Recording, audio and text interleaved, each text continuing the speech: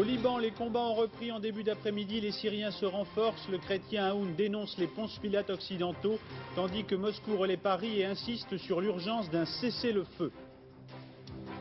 Alerte maximum pour les forces de l'ordre en Irlande du Nord. Les sympathisants de l'IRA manifestent 20 ans après l'arrivée des soldats britanniques.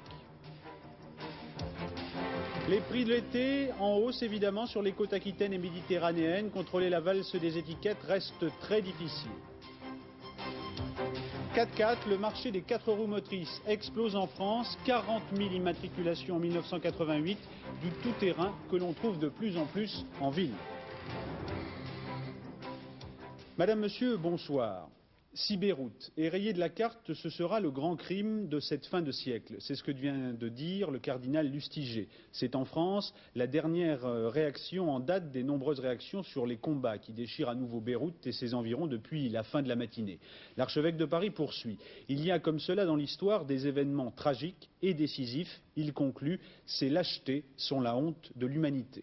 Sur le terrain, après l'échec de l'offensive des milices druzes appuyées par les Syriens sur Souk el-Garb, l'armée syrienne qui s'est renforcée pilonne à nouveau le réduit chrétien. Une nouvelle bataille semble se préparer à Big Faya. Philippe Gassot.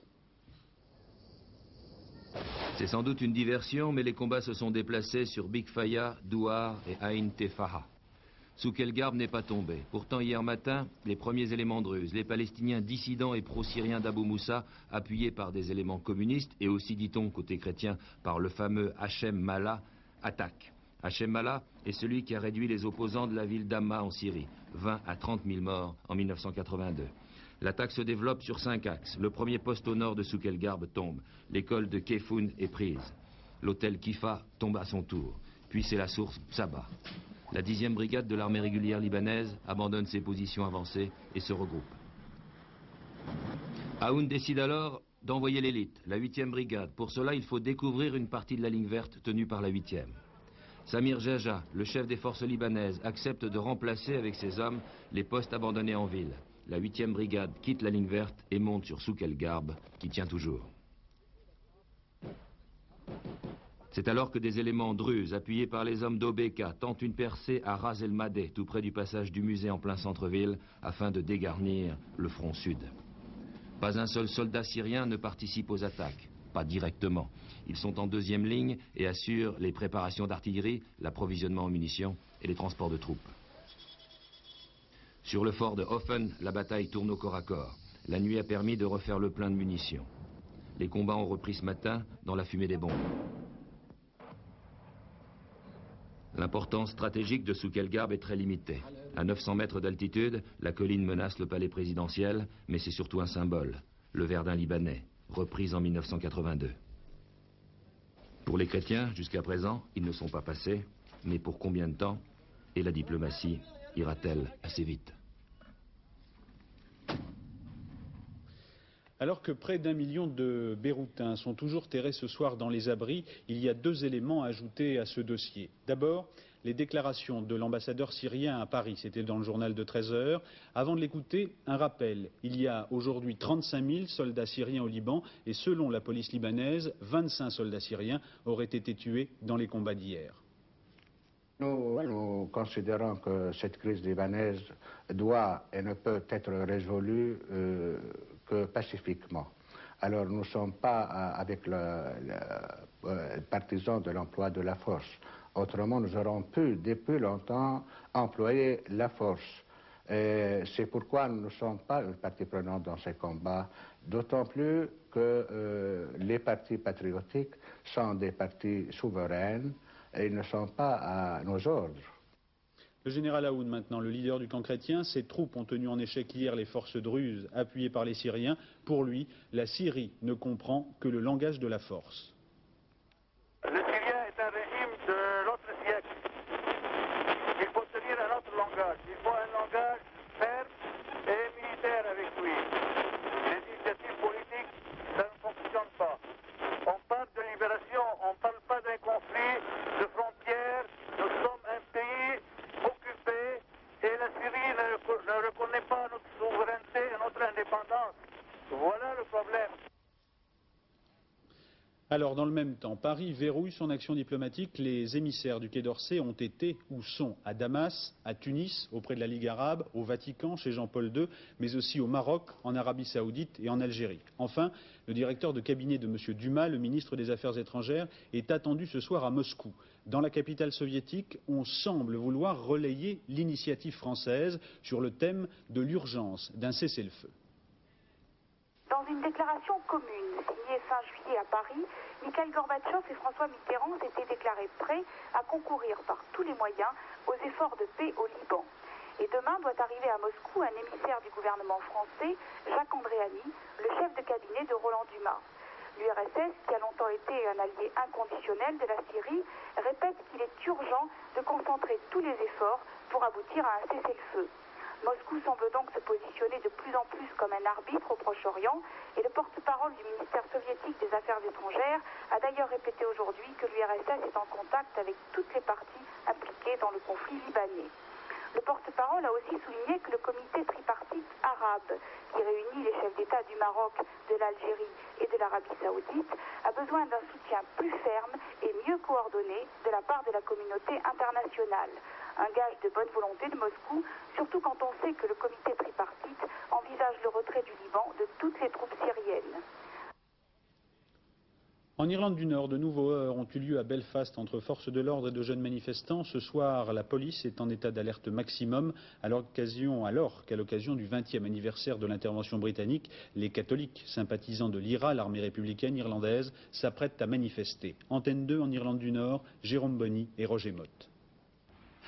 20 ans après, jour pour jour, ici, à Londonderry, à l'endroit même où furent envoyés les premiers régiments de l'armée britannique, les soldats de Sa Majesté sont toujours sur le qui-vive. Chaque centimètre carré est méticuleusement scruté. Il y a eu aujourd'hui plusieurs alertes à la bombe. Bogside, le quartier catholique, son entrée est barrée par des véhicules brûlés et les murs appellent à une grande manifestation qui doit se dérouler dans toute la soirée. Londonderry, l'un des hauts lieux du nationalisme irlandais en Ulster, tout comme Belfast, où aujourd'hui les républicains protestaient également contre la présence de l'armée britannique.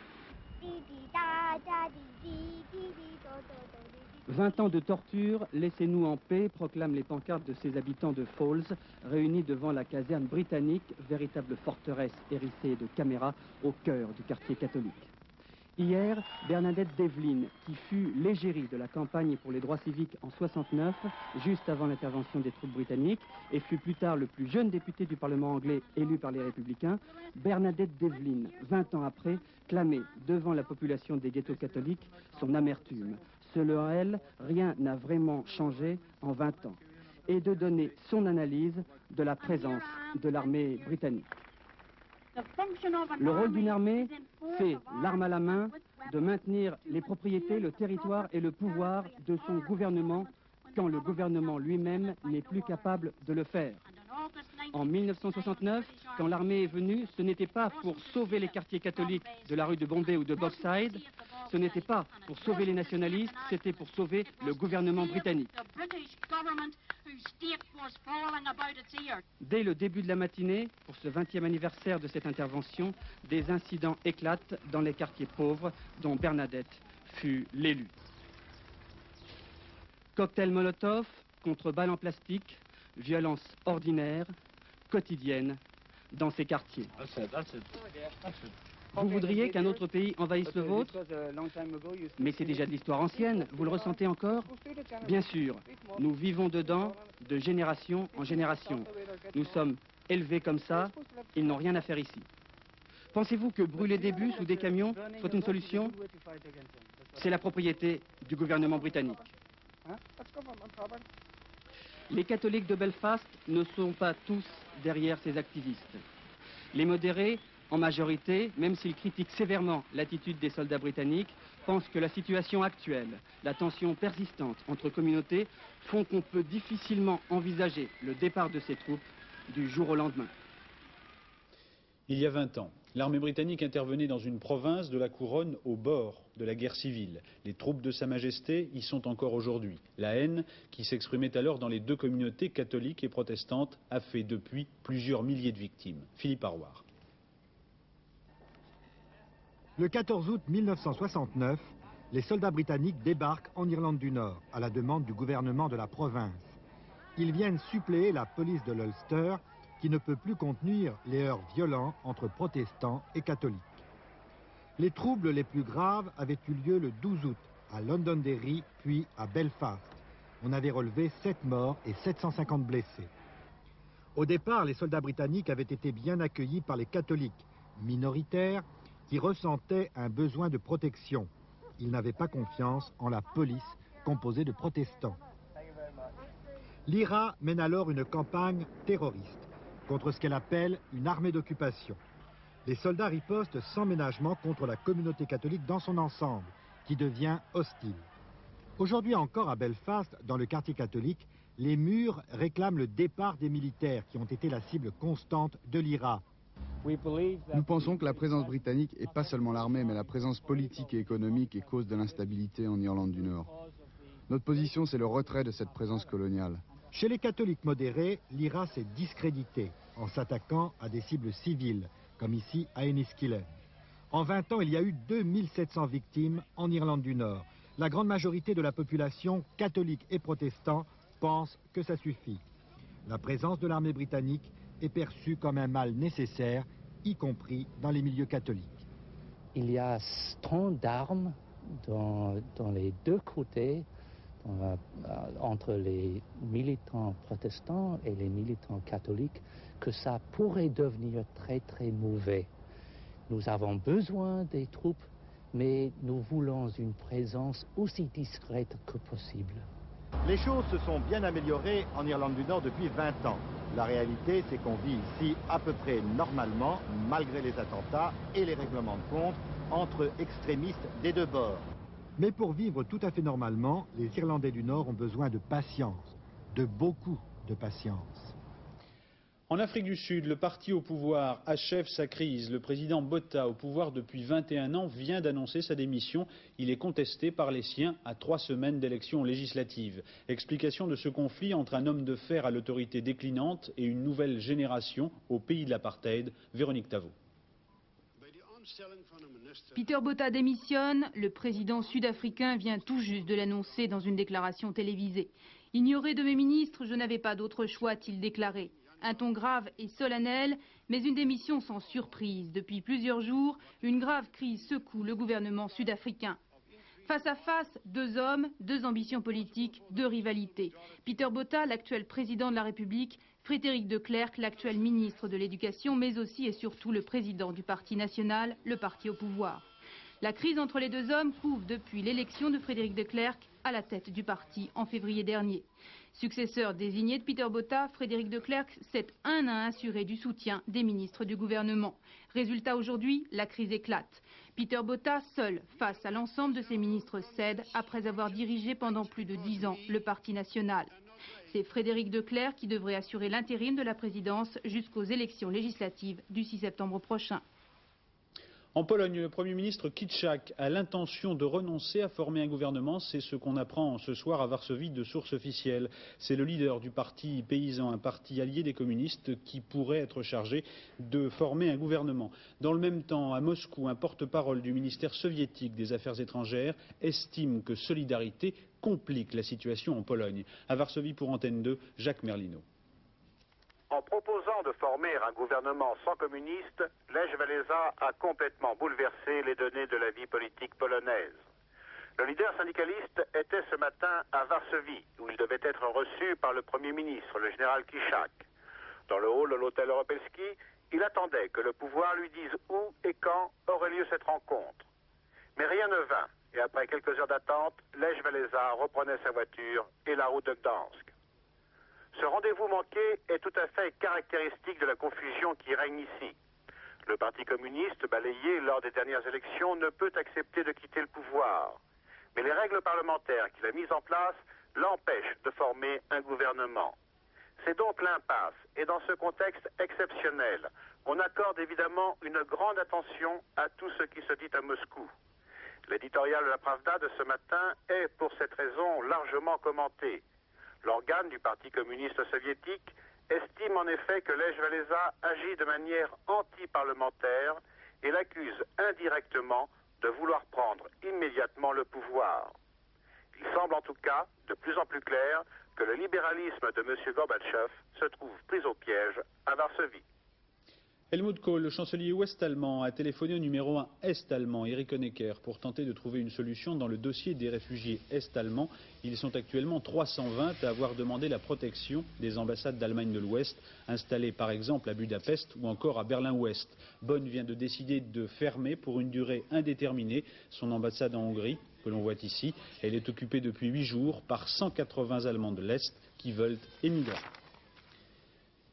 L'afflux des réfugiés du sud-est asiatique au Japon embarrasse les autorités de Tokyo. Les boat people, de plus en plus refoulés par d'autres pays d'Asie, arrivent en grand nombre au Japon depuis le début de cette année. Anne Gainsburger. Dans leurs yeux, le souvenir de nuits et de jours entiers d'errance, à bout de force, exilés, ils ont tout laissé là-bas, au Vietnam, leur maison, parfois leur famille. Tout abandonné pour tenter leur chance sur ce bateau, une embarcation d'à peine 20 mètres, dans laquelle ils se sont entassés. 137 boat people, traqués par les pirates, à la dérive dans ces criques des îles Goto, à 1000 km au sud-ouest de Tokyo. Il leur reste maintenant à attendre, dans ces centres dressés à la hâte pour les accueillir, mais attendre quoi et pour combien de temps? À Aumur, il y a déjà 415 réfugiés, le centre n'a prévu que 200 places. Pourtant, ils sont chaque semaine des dizaines à se perdre en mer de Chine et tenter de gagner une terre d'asile. Cette année, le Japon a déjà accueilli plus de 1200 boat people. En France, les conséquences malheureuses de la lutte contre les incendies. À Saint-Pierreville, en Ardèche, un pompier qui se trouvait sous le point de largage d'un Canadair a été tué. Dans le Gard, 11 militaires qui participaient à la lutte contre le feu sont blessés. Leur camion est tombé dans un ravin. Véronique Gallione. Une chute de plus de 10 mètres. Ils avaient lutté toute la journée contre les feux de Messas. Après la relève du soir, ils regagnaient leur caserne. La piste réservée aux véhicules de secours était difficilement praticable. Le camion a heurté un rocher et a été dévié. Il a alors versé dans le ravin avec ses 11 occupants, tous des appelés du contingent. 9 ont été blessés, dont 2 grièvement évacués immédiatement par hélicoptère, mais leurs vies ne sont pas en danger. Ces 11 militaires appartenaient au régiment d'infanterie alpine de Briançon qui envoie chaque été une centaine d'appelés sur les fronts du feu. À Marcol, dans l'Ardèche, c'est l'eau qui a tué hier après-midi. Henri Sarré, sapeur-pompier volontaire depuis près de 40 ans, se trouvait sous le point de largage lorsque le Canadair a ouvert ses vannes. 5000 litres lâchés d'une hauteur de 30 mètres à 140 km/h. La force de l'eau a violemment projeté le pompier dans un terrain accidenté. Il a succombé à la suite de multiples fractures. Depuis 25 ans que les bombardiers d'eau sont utilisés, il semblerait qu'aucun accident de ce type n'ait été mortel. Une enquête sur les circonstances du drame a été ouverte. Que faire après l'incendie? Patrice Velay et Jean-François Giorgetti pour Antenne 2 ont enquêté à Saint-André-des-Alpes, dans les Alpes de Haute-Provence. L'enjeu pour l'Office national des forêts, réhabiliter un secteur complètement dévasté au début de cette année par un incendie. Mars 89, 300 hectares détruits en forêt domaniale de l'Issol, un coup dur pour l'ONF qui exploite cette moyenne montagne. Alors, depuis presque 6 mois, les forestiers soignent leur forêt. L'urgence, choisir les arbres qu'on abat. Ils sont déjà marqués, vendus même. Ces pins noirs portent trop bien leur nom, condamnés. La protection des sols pour combattre l'érosion, construction de fascines avec les bois abattus, indispensable sur toutes les surfaces en pente. Ces fascines qui sont installées tous les 10 mètres environ dans le sens de la pente vont servir à stocker chaque fois les éléments fins du sol et à permettre ainsi de maintenir autant que possible ce sol pour réinstaller ensuite les plants qui vont reconstituer cette forêt. Mais pour que la forêt ait repris son état antérieur d'avant le reboisement, il faut compter plusieurs décennies, il faut même à peu près compter un siècle. Dans un hameau voisin, la Colle Saint-Michel, une expérience sylvopastorale. Sur un canton, les pâturages sont dissociés de la forêt. Des zones déboisées sont réservées aux troupeaux. Les bêtes n'abîment plus les sous-bois. Un nouvel équilibre pour la forêt. Pourtant, ces expériences sont trop rares, par manque d'argent, mais surtout à cause de la difficulté d'appliquer ces mêmes recettes aux milliers d'hectares touchés ou menacés par le feu. En France, encore en bref, la grogne chez les gendarmes, la révolte s'amplifie. 20 nouvelles lettres anonymes de protestation sont parvenues ce week-end dans plusieurs organes de presse. Pour la première fois, le ministre de la Défense et son secrétaire d'État sont accusés de bafouer la gendarmerie et de méconnaître ses problèmes. À Marseille, des cambrioleurs volent dans des entrepôts de la CEITA 50 000 cartes de téléphone. Le butin est estimé à 4 millions de francs. À Roubaix, le jeune Parisien délibérément écrasé par un automobiliste jeudi dernier aurait été au préalable surpris en train de voler un blouson dans une voiture. Ce sont les témoins de cette tentative de vol à la roulotte qui aurait pris en chasse Fernand Adouge, 25 ans, et fait justice eux-mêmes en s'acharnant avec une voiture sur le voleur. Une information pour homicide volontaire, violence et voie de fait est ouverte. Récemment, le secrétaire d'État à la consommation fustigeait les commerçants qui avaient tendance à profiter de l'été pour augmenter leurs prix. Alain Doubesky est allé jeter un coup d'œil sur les côtes aquitaines et méditerranéennes. Constatation numéro 1, tout augmente, mais ça c'est comme chaque année. Constatation numéro 2, tout augmente ou presque. Est-ce que le prix de la contravention a augmenté cette année? C'est une très bonne question. Ça. Non, ça n'a pas du tout bougé. Et voilà, c'était le seul prix stable depuis l'an dernier. Tout le reste augmenté et 3 générations de vacanciers nous l'ont confirmé. D'abord Rodolphe, 10 ans. Pour lui aussi, c'est dur de gérer un budget vacances. J'ai acheté deux bracelets, un pour moi, un pour ma tante, deux colliers pour les lunettes, un bip-bip et c'est tout. Faut faire attention à ce qu'on dépense? Bah oui, parce que si on veut garder de l'argent, faut pas acheter quoi. Mais sinon, il faut que ce soit moins cher pour pas dépenser trop d'argent. Ensuite, les adolescents. S'ils font les courses, cela veut dire qu'ils sont livrés eux-mêmes. Alors, pour les rencontrer, mieux vaut attendre midi et demi, 1 heure. Dites-moi, c'est votre déjeuner ou votre petit déjeuner là? C'est les deux à la fois en fait. Comment vous faites? Est-ce que vous achetez de la viande et des fruits par exemple? Ben non, en fait pas trop. On a fait un régime biscotte.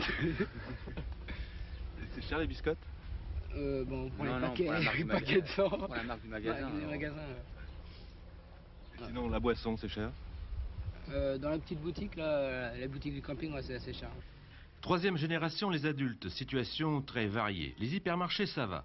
Les supermarchés, c'est déjà un peu moins bien. Quant aux petits épiciers, sans commentaire. Mais partout, même réaction à propos des légumes.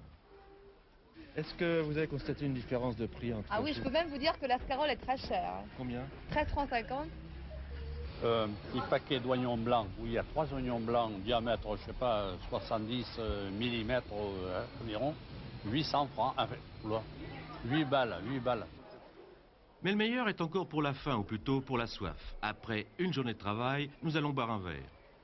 Le café de la plage, août 1989, un coca, un café et un demi, total 98 francs. Bien sûr, ce n'est pas le coup de bambou partout. Mais comparer les prix, faire jouer la concurrence, en vacances, on n'a pas toujours que ça à faire. C'est vrai, une seule solution, le test comparatif. Autrefois, ils servaient beaucoup en forêt, en montagne ou dans les chemins de terre. Aujourd'hui, on les rencontre partout. Question de mode, notamment en ville. La vogue du 4x4 ne se dément pas, elle est relayée par celle du 4 roues motrices. Il y a eu 40 000 immatriculations en 1988 en France de 4x4. Isabelle de Lyon et Stéphane Poul.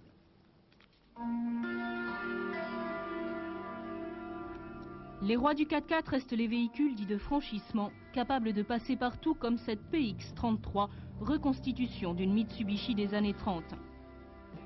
Mais les tout-terrains sont devenus aussi de grandes routières. Ainsi la Cherokee Limited, importée par Renault, avec ses sièges en cuir, son air climatisé et 178 chevaux sous le capot. Son prix près de 200 000 francs la réserve à un public parisien qui franchit plus souvent des trottoirs que des ornières. Si l'on préfère une tout-terrain à une berline de luxe, c'est pour une raison bien simple. On est coincé pour faire de la vitesse sur route, alors on se rabat sur le 4x4 sur le tout-terrain après. Même les véhicules à vocation plus utilitaire cherchent à se donner une image chic. Très fort sur ce terrain, les Japonais. Ils présentent en nouveauté au salon de Val d'Isère la Nissan Terrano Turbo Diesel. Un type de voiture qui rencontre beaucoup de succès dans les Alpes, les Pyrénées. Compromis entre l'utile et l'agréable, c'est l'automobile des chefs d'entreprise qui, le dimanche, emmènent leur famille déjeuner sur l'herbe en toute tranquillité. Car tout terrain ne rime pas avec tout risque. C'est un véhicule dont il faut connaître les possibilités mais aussi les limites. Le 4x4, je dirais, ça se mérite. Phénomène de société car synonyme d'aventure, de liberté, le 4x4 c'est aussi un nouvel apprentissage de la sécurité.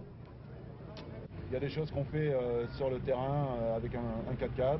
Bon, ben, quand ça se met à glisser ou un truc comme ça, il faut avoir le réflexe de rattraper le véhicule. Et ça, on le retrouve automatiquement dans la conduite d'un véhicule sur la route. La nouvelle génération qui monte, c'est celle des berlines à traction intégrale. Véhicules de série équipés de 4 roues motrices, garantis d'une bonne tenue de route par tout temps, sur tout chemin. Les marques françaises qui ont élargi leur gamme espèrent ainsi conquérir de nouveaux marchés. En tout cas, pour les 50 000 visiteurs attendus au salon de Val d'Isère, c'est sans doute cela, la voiture du futur. Le salon de Val d'Isère, c'est jusqu'au 20 août. En sport à Tours, la fin des championnats de France d'athlétisme, morceau choisi avec Francis Marotto. Et l'on commence par la joie des champions de France 1989, celle notamment de Philippe Collet, le plus haut à la perche, 5,70 m. Celle de Madly Beaugendre à la hauteur, 1,92 m, de Pascal Lefebvre au javelot, 82,08 m, record de France, de Pascal Plouvel, épuisé après son 5000 mètres, mais heureux. Heureuse aussi son épouse, expansive également. Et puis, quelques duels au centième, comme par exemple sur 200 mètres entre Gilles Quesnay-Hervé et Jean-Charles Trouabal, les 20 derniers mètres finalement à l'avantage de Quesnay-Hervé, short rose. Serré aussi sur 800 mètres le duel entre Nathalie Toumas et Barbara Gourdet, avantage finalement au finish pour Nathalie Toumas. Plus facile en revanche pour Hervé Philippot, vainqueur du 1500 mètres et champion de France pour la 2e année consécutive. Pour terminer, la longueur, champion de France aussi, Norbert Brige, avec enfin un saut à plus de 8 mètres, 8,04 m. L'arrivée pour les concurrents du Tour de l'Europe à la voile à Toulon, c'est Serge Madec sur Jet Service qui s'impose toute catégorie. Son bateau était le plus gros. Mais on remarquera la victoire dans les 2 dernières étapes de Spirit of Apricot, un bateau beaucoup plus petit. Paradoxe, Anne Mourgue. Spirit of Apricot, premier de la dernière étape, 12 heures devant Jet Service, ou comment un petit peut manger un gros. Le gros c'est Jet Service, 23 mètres, 9 tonnes. Le petit Spirit of Apricot, 2 fois plus léger, 4 mètres de moins, idéal par petit temps. On a une super surface de voile, un bateau léger, il n'y a pas de secret. 2 dernières étapes, calme plat, avantage aux bateaux les plus maniables. 4 premières étapes, vent fort, avantage aux bateaux les plus puissants. Les conditions de vent étaient quand même beaucoup plus favorables aux bateaux Jet Service en Manche, en mer du Nord, où il y avait quand même de l'air, il y avait aussi de la mer, et la puissance du bateau a fait aussi la différence, par exemple dans la traversée de la Manche. Malgré ces 2 défaites, Jet Service est premier au classement général, sa dernière victoire. L'an prochain, il ne pourra plus concourir. La taille des bateaux sera limitée à 18,28 m. Les petits essaieront de faire oublier les grands. Il y a un tierce écarté plus demain à Deauville, c'est dans le grand handicap. Voici les pronostics de Pierrette Bresse. Le 11, le 17, le 4, le 6, le 3, le 9, le 15 et le 19. Dans un instant, vous avez rendez-vous avec Laurent Cabrol pour la météo. Dernier journal à minuit 006 avec Bernard Pradino. Demain, 13h, c'est Philippe Gassot. À demain, 20h. Excellente soirée à tous sur Antenne 2.